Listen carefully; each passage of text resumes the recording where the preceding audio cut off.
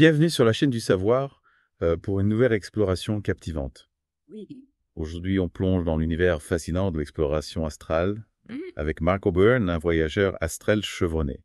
D'accord. On va décortiquer ensemble ses expériences et ses explications. Oui. Imaginez quitter votre corps physique pour explorer l'univers avec votre corps astral, un corps d'énergie pure. Oui. Quel mystère pourrions-nous dévoiler? Quelle rencontre extraordinaire pourrions-nous faire? Alors, Mark O'Byrne compare l'exploration humaine et l'exploration astrale comme deux approches radicalement différentes. L'exploration humaine, celle que nous connaissons tous, repose sur notre corps physique et sur la technologie. Oui. On explore notre environnement proche, puis on a conquis la Lune, et maintenant on rêve de voyages interstellaires. Oui. Mais on est toujours limité par les lois de la physique, la vitesse de la lumière et notre propre durée de vie. Oui, c'est vrai, on est un peu comme des tortues qui essaient de traverser l'océan. On avance lentement et on est limité par notre carapace. C'est ça. Alors que l'exploration astrale, c'est comme si on enlevait cette carapace et qu'on se laissait porter par les courants. Oui. Mais justement, ce corps astral, comment ça fonctionne? Comment le décrire? Mark O'Byrne le décrit comme un corps énergétique lumineux, Oui. qui possède des sens et des capacités bien plus puissants que ceux de notre corps physique. D'accord. Par exemple, la vision astrale elle permet de voir dans toutes les directions simultanément avec une netteté et une profondeur de champ incroyables. Ah oui. C'est comme avoir une vision télescopique et microscopique à la fois. C'est fascinant. Est-ce qu'il a donné des exemples concrets de ce que cette vision permet de voir, imaginer, observer l'infiniment petit et l'infiniment grand en même temps? Absolument, il décrit pouvoir percevoir la structure d'une feuille d'arbre avec une précision microscopique, tout en observant simultanément la danse des galaxies à des années-lumière. Incroyable. Et la vitesse de déplacement en voyage astral est tout aussi époustouflante. Mark O'Byrne mentionne des vitesses de l'ordre de 10 000 km. 10 000 kilomètres. À cette vitesse, il faut apprendre à ralentir son rythme pour pouvoir percevoir son environnement. C'est vertigineux. Et à ces vitesses-là, comment fait-on pour ne pas avoir une vision floue comme on pourrait l'imaginer dans le monde physique? C'est là que la perception astrale diffère encore une fois de notre perception physique. Oui. Mark O'Byrne explique qu'il n'y a pas d'effet de flou à ces vitesses. D'accord. La perception astrale est instantanée et d'une clarté absolue. C'est comme si le temps s'arrêtait pour permettre une observation parfaite. On a vraiment du mal à se représenter ce que ça doit être. Et en plus, la vitesse et de la vision. Oui. Est-ce que le voyage astral permet d'explorer d'autres dimensions? Oui, Mark O'Byrne est très clair sur ce point. D'accord. Le voyage astral permet de voyager à travers les dimensions, d'explorer des univers qui vibrent à des fréquences différentes. Il décrit des paysages d'une beauté inimaginable, des couleurs et des lumières qui n'existent pas dans notre monde physique et même des émotions d'une intensité incomparable. C'est incroyable. On ouvre une porte sur un univers infini. Mais si notre corps astral peut voyager aussi loin, qu'est-ce qui le relie à notre corps physique? Comment s'assurer de pouvoir revenir? Mark O'Byrne parle d'un lien énergétique appelé la corde d'argent. Oui. C'est un lien indestructible qui relie en permanence le corps astral au corps physique, quelle que soit la distance parcourue. D'accord. Imaginez un cordon ombilical qui ne se coupe jamais, même lorsque vous voyagez à travers les galaxies. Ah d'accord, c'est rassurant. Donc, pas de risque de se perdre dans l'immensité de l'astral. Non. Mais ce corps astral est limité en termes de distance. Mark O'Byrne ne mentionne pas de limite précise. Mais il souligne un point important, la quantité de matière énergétique que l'on transporte peut influencer la liberté de mouvement du corps astral. Oui. Trop de bagages énergétiques peuvent alourdir le voyageur astral. Des bagages énergétiques, c'est intriguant, pourrait-on dire, que ce sont nos pensées négatives, nos peurs, nos blocages émotionnels. C'est une interprétation possible. Mark O'Byrne n'entre pas dans les détails de la composition de cette matière énergétique. D'accord. Mais il insiste sur le fait que les voyageurs astro expérimentés apprennent à se libérer de ce surplus pour voyager plus librement. Donc il faut voyager léger dans l'astral comme on le ferait pour une randonnée en montagne. Exactement. Mais comment se préparer à un voyage astral? Est-ce que Mark O'Byrne donne des conseils? Oui, il a identifié 4 paramètres essentiels pour réussir un voyage astral. D'accord. Le premier, c'est d'atteindre un état de sommeil profond, encore plus profond que le sommeil ordinaire. Le corps physique doit être totalement endormi pour permettre au corps astral de se libérer. Donc pas question de faire une petite sieste et de se retrouver à voyager dans l'astral. Il faut vraiment être dans un sommeil profond. Oui.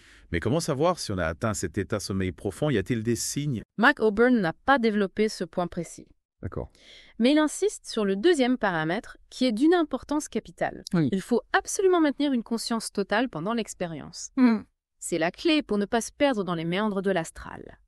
On imagine que ça doit être assez déroutant de se retrouver dans un autre monde, sans savoir où on est, ni ce qu'on fait. Comment fait-on pour garder le contrôle? C'est là que l'intention entre en jeu. D'accord. C'est le troisième paramètre de Mark Oburn. Sans une volonté claire de voyager hors du corps, l'exploration astrale ne peut pas se produire. Oui. Il faut vouloir voyager. Il faut avoir l'intention de quitter son corps physique. Donc il ne suffit pas de s'endormir profondément et d'être conscient. Bon. Il faut vraiment vouloir voyager dans l'astral. Est-ce qu'il décrit ce que l'on ressent lorsque le corps astral se détache du corps physique? Il évoque des sensations variées. Oui. Certains voyageurs astraux décrivent une sensation de flottement. D'autres, une sensation de vibration intense. D'accord. D'autres, encore un mouvement de bascule. Mais Mark Oburn insiste sur le quatrième paramètre, qui est peut-être le plus important, l'absence totale d'effort. Tout effort, que ce soit physique ou mental, peut entraver la séparation du corps astral. C'est intéressant.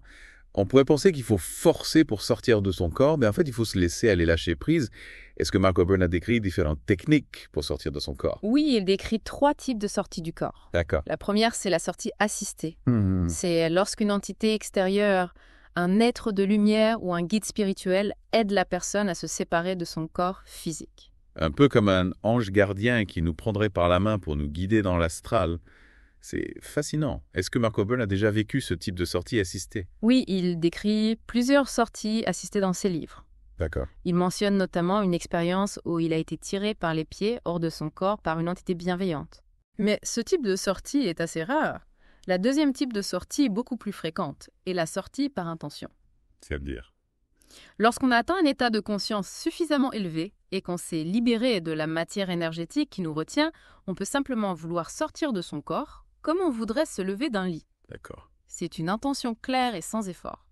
C'est comme si on avait la capacité de se déplacer dans l'espace juste en le désirant, et le troisième type de sortie. Le troisième type de sortie, c'est la sortie provoquée par une augmentation de la vibration du champ énergétique. Oui. On utilise des techniques pour augmenter la fréquence vibratoire du corps astral jusqu'à ce qu'il se sépare du corps physique. C'est la technique la plus courante. Mark Oburn n'a pas précisé la fréquence de chaque type de sortie. D'accord. Mais il décrit des techniques comme l'IAC, l'induction d'un état modifié de conscience qui permettent d'atteindre ce niveau vibratoire élevé. L'ISC, on en parlera plus tard, mais on dirait que ces techniques demandent beaucoup de concentration et de maîtrise de soi. Une fois qu'on a réussi à se détacher de son corps physique, qu'est-ce qu'on peut faire dans l'astral? Est-ce qu'on peut aller où on veut? Oui, d'après Mark Oburn, la liberté de mouvement dans l'astral est totale. On peut se déplacer à des vitesses incroyables et explorer des dimensions différentes. Il mentionne même qu'on peut entrer dans des vaisseaux extraterrestres sans être détecté. Entrer dans des vaisseaux extraterrestres, c'est incroyable. Mais comment est-ce possible? Est-ce qu'il décrit ces vaisseaux? Est-ce qu'il a pu communiquer avec les êtres qui s'y trouvent? Mark Oburn reste discret sur les détails de ces rencontres extraterrestres. Il évoque des vaisseaux aux formes et aux technologies très différentes de ce que nous connaissons sur Terre, mais il insiste sur le fait que l'exploration astrale ne se limite pas aux rencontres extraterrestres. On peut explorer des mondes magnifiques, des paysages d'une beauté inimaginable, des cités de lumière vibrante, d'énergie. On a vraiment l'impression de plonger dans un univers infini de possibilités, mais si on peut voyager aussi librement dans l'astral, qu'est-ce qui nous ramène à notre corps physique? C'est toujours la corde d'argent qui nous ramène comme un lien invisible qui nous relie à notre corps physique. Le corps physique exerce une attraction sur le corps astral, un peu comme un aimant. Les voyageurs astraux expérimentés apprennent à gérer cette attraction, à la contrôler pour explorer plus librement. C'est comme apprendre à nager à contre-courant pour explorer de nouveaux horizons. Mais est-ce que ce retour est toujours facile? Est-ce qu'on peut rester coincé dans l'astral? Mark Oburn explique que la corde d'argent est qu'indestructible et que le retour au corps physique est toujours possible. Cependant, il mentionne que le retour peut parfois être difficile. Après avoir expérimenté les libertés et la joie intense de l'astral, on peut ressentir une sorte de mini-dépression en retrouvant les limitations du monde physique. C'est comme un choc, un retour brutal à la réalité. Oui, on imagine que ça doit être difficile de revenir à la routine après avoir goûté à une telle liberté. Est-ce que Mark Oburn donne des conseils pour gérer ce retour? Il conseille de prendre le temps de se reconnecter à son corps physique, de méditer, de se promener dans la nature. Il faut réapprendre à apprécier les plaisirs simples de la vie terrestre. C'est important de se rappeler que le voyage astral n'est pas une fuite de la réalité, mais une exploration qui peut nous enrichir et nous aider à mieux vivre notre vie terrestre. Mark Oburn insiste beaucoup sur la différence entre voyage astral et vision à distance, qu'on appelle aussi clairvoyance. Vous pourriez nous expliquer cette distinction? Avec plaisir, Mark Oburn explique que beaucoup de gens confondent ces deux expériences, surtout les débutants dans le voyage astral. Il y a une séparation complète du corps astral et du corps physique. On quitte littéralement son corps physique pour voyager dans l'astral, tandis que dans la vision à distance, on reste ancré dans son corps physique. Donc dans le voyage astral, on est vraiment hors du corps. Tandis que dans la vision à distance, c'est comme si on projetait une partie de notre conscience ailleurs. Exactement. Mark Oburn décrit la vision à distance comme une extension des sens, une perception extrasensorielle qui permet d'explorer d'autres lieux ou d'autres époques sans quitter son corps physique. On utilise des filaments énergétiques pour se connecter à l'endroit ou à l'événement que l'on veut observer. C'est un peu comme si on envoyait une sonde explorer un endroit lointain tout en restant dans notre laboratoire pour analyser les données qu'elle nous envoie. C'est une bonne image, mais Mark Oburn souligne que la vision à distance est moins immersive que le voyage astral. On reste observateur, on ne vit pas l'expérience de la même manière. Et du coup, quelles sont les sensations qu'on peut ressentir lors d'un voyage astral? Est-ce qu'on perçoit les choses de la même manière que dans le monde physique? Mark Oburn décrit des sensations extraordinaires. Il explique par exemple qu'on peut voir avec une clarté incroyable sans la persistance rétinienne qu'on a dans le monde physique. On peut voir à la fois de très près et de très loin, comme si on avait un zoom intégré à notre vision. Et les couleurs sont d'une intensité et d'une beauté incroyables. Donc on voit tout en détail sans les flous qu'on peut avoir quand on se déplace rapidement. Et avec des couleurs plus vibrantes, c'est comme regarder un film en ultra haute définition et au niveau des émotions, qu'est-ce qu'on ressent? Mark Oburn décrit des sensations d'euphorie, de liberté, de joie intense et même d'amour infini. Il parle d'une paix intérieure profonde, d'une connexion avec l'univers, d'une sensation d'unité avec tout ce qui est. Bon, on comprend pourquoi certains voyageurs astraux ont du mal à revenir au monde physique. Est-ce que Mark Oburn a décrit des rencontres avec d'autres êtres dans l'astral? Oui, il mentionne des rencontres avec des êtres de lumière, des guides spirituels, des entités bienveillantes. Il évoque aussi des rencontres avec des âmes décédées, des êtres qui ont quitté leur corps physique et qui évoluent dans l'astral. Des rencontres avec des âmes décédées, c'est fascinant. Est-ce qu'il a pu communiquer avec ces âmes? Est-ce qu'il a reçu des messages de l'au-delà? Mark Oburn reste discret sur le contenu de ses communications. Il préfère laisser chaque voyageur astral faire ses propres expériences et tirer ses propres conclusions. Mais il insiste sur le fait que ces rencontres sont toujours riches d'enseignements. Donc l'astral ne serait pas seulement un lieu d'exploration, mais aussi un lieu de communication d'échange avec d'autres consciences. Exactement. Mark Oburn décrit astral comme un univers grouillant de vie intelligente, un lieu où les frontières entre les mondes s'estompent et où la communication devient possible entre différentes formes de conscience. C'est une vision très différente de la vision scientifique traditionnelle qui considère l'univers comme un espace essentiellement vide et inerte. Mark Oburn remet en question cette vision en affirmant que l'univers est peuplé d'une multitude d'êtres intelligents, visibles et invisibles. Oui, c'est un changement de paradigme radical. Mark Oburn nous invite à reconsidérer notre place dans l'univers, à ouvrir notre esprit à d'autres réalités, à d'autres formes de vie, à d'autres dimensions. C'est un appel à l'humilité, à la curiosité, à l'ouverture d'esprit. Mais du coup, si l'univers est aussi peuplé, est-ce qu'on risque de rencontrer des êtres hostiles lors de nos voyages astraux? Est-ce qu'il y a des dangers à voyager dans l'astral? Mark Oburn ne nie pas l'existence d'entités négatives dans l'astral, mais il insiste sur le fait que notre état de conscience est le facteur déterminant. Si on voyage avec la peur, on attirera des entités négatives. Si on voyage avec la lumière, on attirera des entités lumineuses. C'est un peu comme le principe du miroir, on attire ce que l'on projette. Donc il est important de se préparer mentalement et spirituellement avant de voyager dans l'astral. Absolument. Mark Oburn recommande de méditer, de se purifier énergétiquement, de cultiver des pensées positives avant de s'aventurer dans l'astral. Et en parlant de préparation, est-ce que Mark Oburn décrit des techniques pour apprendre à voyager dans l'astral? Est-ce qu'il existe des exercices pratiques? Oui, il mentionne plusieurs techniques, comme la relaxation profonde, la visualisation, la respiration consciente. Il parle aussi de l'importance de développer sa sensibilité énergétique, sa capacité à percevoir les énergies subtiles.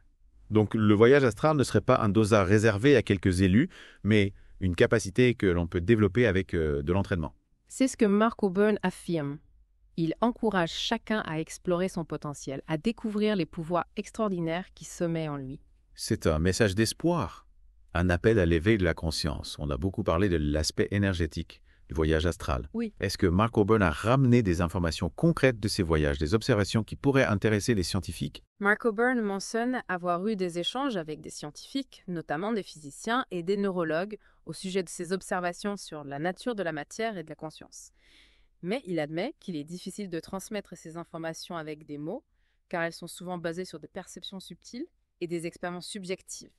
Oui, c'est vrai, comment traduire en langage scientifique des sensations, des visions, des émotions vécues dans l'astral? C'est un véritable défi. Exactement. Mark Coburn utilise d'ailleurs une image assez étonnante pour décrire la matière énergétique qu'il perçoit dans l'astral. Il la compare à de la colle, une substance lourde et visqueuse qui peut ralentir le voyageur astral. De la colle, c'est une image assez inattendue. On a plutôt tendance à associer l'énergie à quelque chose de léger et de fluide. C'est peut-être une question de perception. Ce qui est intéressant, c'est que cette colle énergétique semble représenter un obstacle pour les voyageurs astraux. Plus on en accumule, plus on a du mal à se déplacer librement dans l'astral. C'est comme si on portait des points invisibles qui nous empêchent de voler. Est-ce que Mark Coburn explique comment se débarrasser de cette colle énergétique? Il mentionne des techniques de purification énergétique comme la méditation, la visualisation, le travail sur les émotions. Il parle aussi de l'importance de se détacher des pensées négatives, des peurs, des attachements qui nous retiennent au monde matériel. Donc le voyage astral serait aussi un chemin de développement personnel, un travail sur soi, pour se libérer des limitations de notre ego et de nos conditionnements. Absolument. Mark Coburn insiste sur la dimension spirituelle du voyage astral. Il le voit comme une quête de connaissance, une exploration de notre propre conscience, un voyage vers notre vraie nature. C'est une invitation à un voyage intérieur, un voyage au cœur de notre être. Mais est-ce que Mark Coburn recommande le voyage astral à tout le monde? N'y a-t-il pas des risques à s'aventurer dans l'inconnu? Mark Coburn est convaincu que le voyage astral est une expérience accessible à tous, mais il met en garde contre les dangers de l'imprudence et de l'ignorance.